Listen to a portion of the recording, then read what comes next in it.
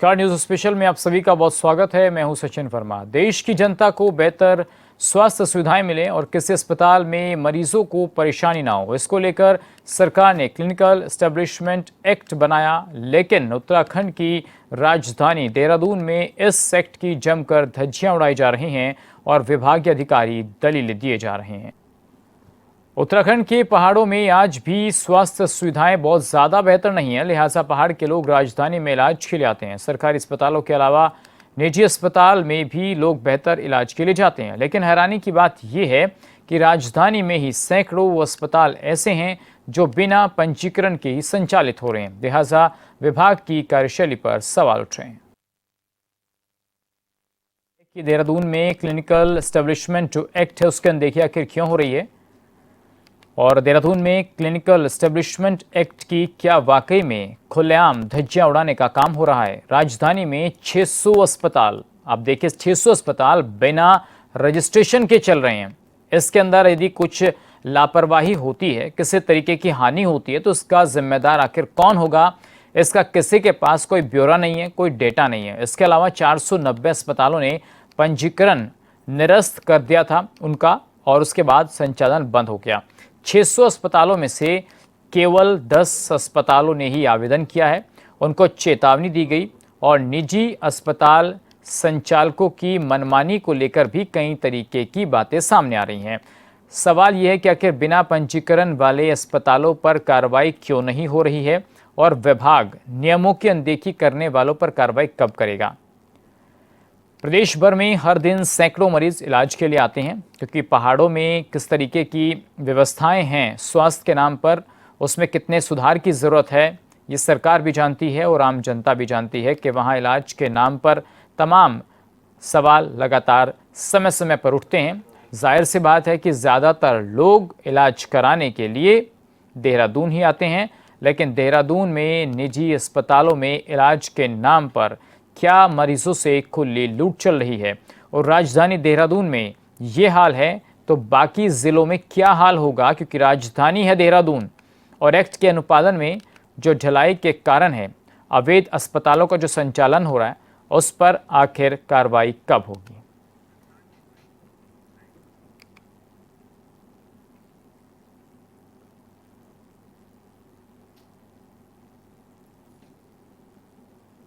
प्रशांत मेरे सहयोगी मेरे साथ जुड़ गए हैं इस खबर पर। प्रशांत, जिस तरीके से लापरवाही सामने आ रही है, मरीजों की सुरक्षा से खिलवाड़ हो रहा है, क्या कुछ प्रशासन पर कार्रवाई भी करता है, और इतनी सुस्ती हो रही है तो आखिर क्यों? देखिए सचिन, मैं आपको बता दूं, अगर प्रशासन कार्रवाई करता तो देहरादून के अंदर यानी राजधानी की नाक के नीचे 600 अस्पताल अवैध तरीके से नहीं चलते सचिन, और इसमें से 490 अस्पताल ऐसे हैं जिनका निरस्त कर दिया गया है पंजीकरण। तो आप सोच सकते हैं जो 600 अस्पताल बिना पंजीकरण के चल रहे हैं, उनमें से कई अस्पताल ऐसे होंगे जिनके पास उपकरण मौजूद नहीं होंगे जो मरीजों को सही इलाज दे सकें, वो उपकरण मौजूद नहीं मौजूद होंगे जो इमरजेंसी में मरीज के काम आ सकें। तो आप सोचिए कितनी बड़ी लापरवाही का ये नतीजा है कि देहरादून जैसी राजधानी के नाक के नीचे 600 अस्पताल लगभग, कोई छोटी मोटी संख्या नहीं है सचिन, 600 अस्पताल लगभग जो है वो बिना रजिस्ट्रेशन के चल रहे हैं। और ये तो पहाड़ों की बात है, लेकिन अगर पहाड़ों से नीचे उनको रेफर किया जाता है, उसके बाद वो देहरादून में आते हैं, तो कई अस्पताल अवैध तरीके से लुका छुपी यहाँ पर भी ऐसे चल रहे होंगे जिनको जो है पंजीकरण की आवश्यकता होगी। और ऐसे में अगर सरकारी अस्पताल में भी जाते हैं तो सचिन, मैं भी सरकारी अस्पताल का जो है दौरा करके आया हूँ, और मैंने भी देखा है कि वहां पर लोगों की शिकायतें रहती हैं कि डॉक्टर और नर्स उनसे सही तरीके से बात नहीं करते हैं, उनको लाइनों में लगना पड़ता है, और उसके बाद साफ सफाई वहां पर नहीं है, बेड की उपलब्धता कम है। तो कहीं ना कहीं सवाल तो बनता है सचिन के जो स्वास्थ्य मंत्री सुबोध उनियाल, क्या वो एक कुंभकर्णी नींद सोए हुए हैं? क्या सरकार एक कुंभकर्णी नींद सोई हुई है कि राजधानी में ही उनकी नाक के नीचे 600 अस्पताल अवैध तरीके से चल रहे हैं और सरकार को खबर भी नहीं है? लेकिन ऐसा कैसे हो सकता है प्रशांत कि भाई इतना सब कुछ हो रहा है राजधानी देहरादून में, और सरकार या उनके नुमाइंदों को या अधिकारियों को उसकी जानकारी तक ना हो, और खुद अधिकारी भी दबी जुबान में ये स्वीकार भी करते हुए नजर आ रहे हैं कि भैया खेल तो हो रहा है, लेकिन इस पर कार्रवाई के नाम पर क्या लीपापोती समय समय पर होती रही है? जी जी सचिन, देखिए जब कोई शिकायत कर देता है या जैसे आने वाले समय में चुनाव भी हैं और ऐसे में कई कार्रवाई जो है सरकार को करनी पड़ती है, तो हो सकता है भाई लीपा पोती के आधार पर अभी ये कार्रवाई की जा रही हो। आज सरकार को 9 साल यहाँ पर हो गए। अगर भारतीय जनता पार्टी की सरकार की बात करें और राजनाथ सिंह यहाँ पर आते हैं, धागड़ धामी की संज्ञा उनको देते हैं। क्या धागड़ धामी का राज ऐसा ही है जहाँ 600 अवैध अस्पताल चलते हैं? क्या धागड़ धामी का राज ऐसा ही है जहाँ पहाड़ों में आज भी इलाज नहीं मिलता है? तो सोचने वाली बात है सचिन, ये लीपा पोती से काम चलने वाला नहीं है और कई अस्पताल अभी भी अवैध तरीके से ऐसे होंगे जो गली कूचों में चल रहे होंगे और जिसकी जो है जिसका नुकसान है वो यहाँ के मरीजों को उठाना पड़ेगा। जो आप कह रहे हैं प्रशांत, अब देखिए सख्ती होती हुई भी नजर आ रही है, जिसमें कहा जा रहा है कि भाई बिना पंजीकरण जो हॉस्पिटल चल रहे हैं उन पर अब सरकार सख्त होती हुई नजर आ रही है। सभी जिलों के सीएमओज को निर्देश भी दिए गए हैं, फर्जी डॉक्टरों पर लगाम लगेगी। तो अब तक कहाँ था विभाग, स्वास्थ्य विभाग कहाँ थे, डीजी हेल्थ कहाँ थे अब तक? तो सचिन जानकारी दूं तो कई तरीके के भ्रष्टाचार ऐसे सामने आए हैं जो स्वास्थ्य विभाग में भी देखे गए हैं। लगातार जो है भ्रष्टाचार का मुद्दा उत्तराखंड के अंदर तूल पकड़ रहा है। ऐसे क्या स्वास्थ्य विभाग अछूता रह सकता है उत्तराखंड के अंदर, आपको लगता है सचिन? और जब स्वास्थ्य विभाग के अंदर ही भ्रष्टाचार हो तो ऐसे में स्वास्थ्य विभाग पर सवाल तो बनते हैं कि भाई स्वास्थ्य विभाग क्या कर रहा है? भाई स्वास्थ्य विभाग उत्तराखंड का क्या सोया हुआ है? और सोया हुआ है तक इतनी गहरी नींद में सोया हुआ है कि अभी तक तो चलिए 600 अस्पताल ऐसे पकड़े गए हैं जो अवैध तरीके से चल रहे हैं। अभी कितने अस्पताल उत्तराखंड के अंदर होंगे? तो केवल राजधानी की नाक के नीचे चल रहे हैं 600 अस्पताल। देखिए प्रशांत, अब किस तरीके से इनका खुलासा हो रहा है और जो सूची तैयार की गई है अधिकारियों के द्वारा, क्या कार्रवाई अब उनके ऊपर होगी? क्या कोई जुर्माना लगाया जाएगा या उनका जो सर्टिफिकेट जारी होते हैं तमाम वो आगे उनको मिलेगा ही नहीं, या जिनके पास सही तरीके के उपकरण नहीं हैं उनके पंजीकरण को निरस्त किया जाएगा, रद्द किया जाएगा? तो इसमें जो है सही तरीके से देखा जाएगा कि जो मानक हैं अस्पताल के मानक, क्या कोई वो जो अस्पताल जो अवैध तरीके से चल रहे हैं उनके कहीं ना कहीं मानक पूरे नहीं होते हैं? क्या उनके मानक पूरे हो रहे हैं? उनके मानक देखे जाएंगे। उसके बाद ठीक है प्रशांत, आप बने रहिए हमारे साथ। संजीव वर्मा जी बीजेपी के प्रवक्ता हमारे साथ जुड़ गए हैं। संजीव जी बहुत स्वागत आपका। सचिन गुप्ता जी हमारे साथ जुड़ गए हैं, माफ कीजिएगा सचिन गुप्ता जी। सचिन जी बहुत स्वागत है आपका। सर आपको आवाज आ रही है? हाँ आ रही है मेरे को। सर अब देखिए किस तरीके से पंजीकरण को लेकर या नवीनीकरण को लेकर और जो हॉस्पिटल चल रहे हैं सर प्राइवेट, उनके पंजीकरण पर भी लगातार सवाल उठ रहे हैं। नियमों की अनदेखी की बात अब सामने आ रही है। तो सर विभाग में इस तरीके की चीजें चल रही हैं तो इस पर अब सवाल तो उठ ही रहे हैं। देखिए निश्चित रूप से जो है कहीं कमियां होगी तो उसके ऊपर सख्त कार्रवाई भी की जाएगी, लेकिन पूर्व में भी लगातार जो है इस तरीके से जो पंजीकरण को लेकर है या इस तरीके से जो है अवैध क्लिनिक हो या फिर इस प्रकार के जो है अवैध हॉस्पिटल हो, उन पे सख्ती की गई है, समय समय पे कार्रवाई भी की गई है। और जो यहाँ पर जो पंजीकरण करा के या कहीं ना कहीं जो है विभाग को जो है धोखे में रखकर जो है पंजीकरण करा लेते हैं, तो निश्चित रूप से जो है स्वास्थ्य विभाग जो है इस पे सख्ती से कार्रवाई करेगा और ऐसे लोगों को जो है सख्त से सख्त जो है उनके ऊपर जो भी नियम अनुसार जो प्रावधान होंगे जुर्माने के जो है वो भी उनको जो है लगाए जाएंगे। और जहाँ तक जो है बात है कि जो बिल्कुल अवैध रूप से जो है चला रहे हैं, जिनके पास किसी प्रकार की कोई मानक डिग्री नहीं है या फर्जी डिग्री ले गए हैं, तो निश्चित रूप से जो है उनके क्लिनिक बंद करने में भी जो है सरकार संकोच नहीं करने वाली है। क्लिनिकल एस्टेब्लिशमेंट एक्ट के तहत जिन्होंने पंजीकरण करा रखे हैं या उसमें कोई कमी है तो निश्चित रूप से जो उसको दूर कराई जाएगी। सचिन जी, लेकिन सवाल ये है कि चलिए 10, 20, 50, 100, 200 होते तब भी आदमी सोच सकता है कि भी राजधानी है, अलग अलग जगहों पर संचालित हो रहे हैं। 500 से अधिक 600 का ये पूरा फिगर बनता है सर। 600 अस्पताल हैं ऐसे, क्या समय समय पर चेकिंग अधिकारी क्या कुछ कर रहे हैं सीएमओ साहब? नहीं देखिए, सीएमओ विभाग के माध्यम से भी जो है किया जाता रहता है समय समय पर। और जहाँ तक बात है ये आंकड़े की, तो ये आंकड़ा भी जो है विभाग के द्वारा ही जो है निकाला गया है कि इतने आंकड़ा जो है यहाँ पे इस प्रकार का ये चल रहा है। तो अगर विभाग के संज्ञान में भी ये विषय है और अब क्योंकि जो बाहर से आते हैं, कई जगह देखा जाता है कि वो यहाँ आते हैं और अपना क्लिनिक खोल के बैठ के प्रैक्टिस शुरू कर दी है, तो जो है जब कोई शिकायत सामने आती है तो निश्चित रूप से जो है तो सरकार का ध्यान भी जो है स्वास्थ्य विभाग का ध्यान भी आकर्षित होता है। तो निश्चित रूप से जो सूची आई है तो कहीं ना कहीं जो है इनकी जांच पड़ताल करने के बाद जो है जो भी कठोर कार्रवाई हो सकेगी, बिल्कुल कठोर कार्रवाई जो है इनके ऊपर होगी और जो है किसी भी जो इस प्रकार के दोषी को जो बख्शा नहीं जाएगा इसमें। सचिन जी, एक सवाल ये है कि मान लीजिए 600 हॉस्पिटल हैं और उसमें से कई बार ऐसी शिकायतें भी आ जाती हैं जहां पर पेशेंट्स के साथ कुछ गलत हरकत हो जाती है या उनकी डेथ भी हो जाती है कई बार। उसके बाद जब हंगामा होता है तो जानकारी मिलती है अरे ये तो हॉस्पिटल जो है पंजीकृत ही नहीं था। तो ऐसे डॉक्टर्स या ऐसे लोग, कुछ दवाइयाँ जो बैन हैं वो वहाँ पर चल रही हैं, ओवर रेट दवाइयाँ मिल रही हैं, मनमाने तरीके से जनता से फीस वसूली जा रही है, तो ये तमाम चीज़ें मॉनिटर क्यों नहीं कर रहा है विभाग? नहीं, बिल्कुल जो है ये जब अब सामने संज्ञान में आया है तो निश्चित रूप से इस पर सख्ती की जाएगी। और मैंने कहा ना आपको कि इस प्रकार से जो है बाहर से आए और आपने जो है किसी उसमें क्लिनिक खोल लिया, उसका जो है कहीं पे कोई पंजीकरण नहीं कराया है, तो विभाग जो है समय समय पे जैसे शिकायतें आती है तो उनके ऊपर कार्रवाई की जाती है। आज नहीं, पूर्व में भी जो है कई ऐसे हॉस्पिटल है जिनके जो है सर्टिफिकेट, उनके जो है डॉक्टर्स के लाइसेंस रद्द किए गए हैं वहाँ पे लापरवाही बरतने में।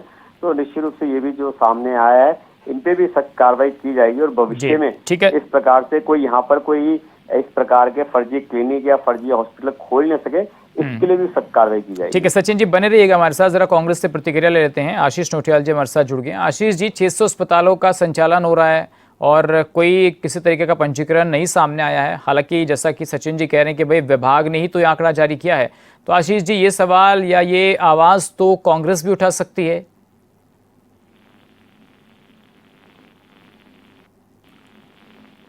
हेलो, आवाज साफ नहीं है आपकी। आशीष जी आवाज आ रही है आपको? हाँ बताएं, क्या पूछ रहे थे आप? आशीष जी मैं ये पूछ रहा हूँ कि 600 अस्पतालों का एक डेटा सामने आया है जिसमें कहा जा रहा है कि भाई इनके पास पंजीकरण नहीं है, निजी अस्पताल संचालकों की मनमानी हो रही है। लेकिन सवाल ये है कि जब बात आम आदमी की आती है तो सिर्फ बीजेपी पर तो सवाल उठ रहे हैं, सरकार के लोगों ने ही आंकड़ा भी जारी किया है। लेकिन विपक्ष में रहते हुए कांग्रेस की भी भूमिका होनी चाहिए। यदि ऐसे अस्पताल संचालित हो रहे हैं तो आपके नेताओं को भी आवाज़ उठानी चाहिए। देखिए, अब अभी ये मामला आया है और आपके माध्यम से मैं तो अभी पता लगा, मैं आपके माध्यम से पता लग रहा है। तो अगर ऐसी कोई बातें होंगी तो हम तो आवाज उठाते ही नहीं। स्वास्थ्य के प्रति सरकार बिल्कुल गंभीर नहीं है। ये वो लोग हैं जो अपने रसूखदार लोग होते हैं, वही लोग इस टाइप के काम करते हैं। उनकी सरकार की पनाह पर ही काम होता है। और भारतीय जनता पार्टी के राज में तो शिक्षा और व्यवसाय इसका जो है स्वास्थ्य का तो वैसे ही व्यापार हो रहा है, ये तो व्यापारी बन चुके हैं। तो गलत है कि अगर आप पूरी जांच नहीं कर रहे हैं, आप देख नहीं रहे हैं, तो गलती है ये। आप यहाँ आप अस्पतालों में देखे ना, कल को मैं देख रहा था एक स्ट्रेचर तक नहीं है दून हॉस्पिटल में, इतने बुरे हाल हो रखे हैं। तो स्थिति खराब हो क्यों रही है? सरकार का काम है। मैं तो आपको सच बताऊं, मेरी जो मन की इच्छा है वो ये है कि जो अस्पताल है वो सारे सरकारी होने चाहिए। अस्पताल तो प्राइवेट होना ही नहीं चाहिए, क्योंकि सरकारी अस्पतालों में उनको सिर्फ तनख्वाह का लालच होता है डॉक्टर को, तो किसी का जबरदस्ती ऑपरेशन नहीं करेगा। और प्राइवेट अस्पताल वाले को तो होता है अच्छे खासे आदमी को ऑपरेशन ही कर दो, उसके 2-4 लाख रुपए निकाल लो। तो अस्पताल सरकारी होने चाहिए निश्चित, और सही व्यवस्थित होने चाहिए। पता नहीं क्या कारण है, इतना पैसा भी खर्च होता है, सब कुछ है, उसके बाद स्थिति यही की जहाँ की था। कोई इतनी बेकार स्थिति है। आशीष जी, लेकिन समय समय पर विपक्ष के लोग, ऐसा तो नहीं है कि उनको कभी हॉस्पिटल ना जाना पड़ता हो। कहीं ना कहीं कुछ ना कुछ समस्याएं सबके परिवारों में या आसपास परिचितों में रहती है। तो क्या कभी इन मसलों को लेकर के डॉक्टरों की मनमानी फीस, दवाओं के मनमानी रेट और जिस तरीके से इलाज के नाम पर आईसीयू और बेड्स और तमाम एम्बुलेंस के नाम पर आम जनता की जेब काटी जाती है, कभी उस पर भी सवाल विधानसभा में उठाते हैं कांग्रेस के नेता? निश्चित सवाल उठाते हैं। मैं परसों अभी मुझे फोन आया कि देहरादून में जो सीएमओ कार्यालय है उसको भगवा रंग का कर दिया उन्होंने। तो ये लोग जो है ना, पता नहीं कहाँ और क्या कर रहे हैं। हम निश्चित, मैंने कहा मैं आऊंगा, देखूंगा कि क्या हो रहा है। अस्पताल तो सफेद ही रंग के होते हैं जनरली, हम तो हमेशा यही देखे, पर ये पता नहीं कहाँ किस ओर ले जा रहे हैं। और निश्चित हमें जब भी कुछ पता लगता है आवाज भी उठाते हैं, हम पे आरोप भी लगते हैं, सरकारी काम में बाधा डाल रहे हैं, परेशान कर रहे हैं, जब देखो आ जाते हैं। जबकि कैमरामैन भी जाते हैं, न्यूज चैनल वाले भी जाते हैं, उनपे भी आरोप लगाए जाते हैं। लेकिन फिर भी हम अपने स्तर पे जितना काम होता है हम करते हैं, देखते हैं। एक दिन में 10-10 मुद्दे भाजपा दे रही है, कौन से मुद्दे को जाए और कौन सा छोड़े, ये समझ नहीं आता है हम।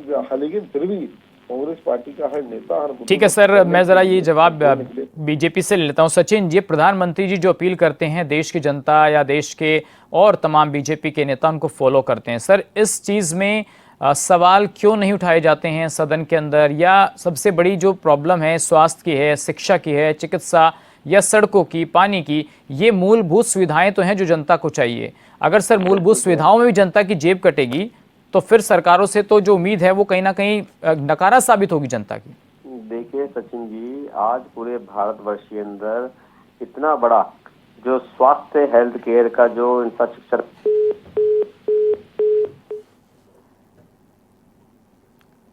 लगता है सचिन जी का संपर्क हमसे टूट गया, दोबारा उनसे संपर्क साधने की कोशिश करेंगे। प्रशांत, जिस तरीके से मैं सवाल अभी पूछ रहा था सचिन गुप्ता जी से कि भाई जनता की उम्मीद तो सरकारों से है ना, अब कोई इलाज कराने चला जाइए। अभी आपने कहा कि भाई गवर्नमेंट हॉस्पिटल आप गए, नर्सेज जो हैं वो थोड़ा व्यवहार उनका सही नहीं रहता है, या पंजीकरण के लिए यदि आपको अपना पर्चा बनवाना हो तो वहाँ भी लंबी लाइनें देखने को मिलेंगी।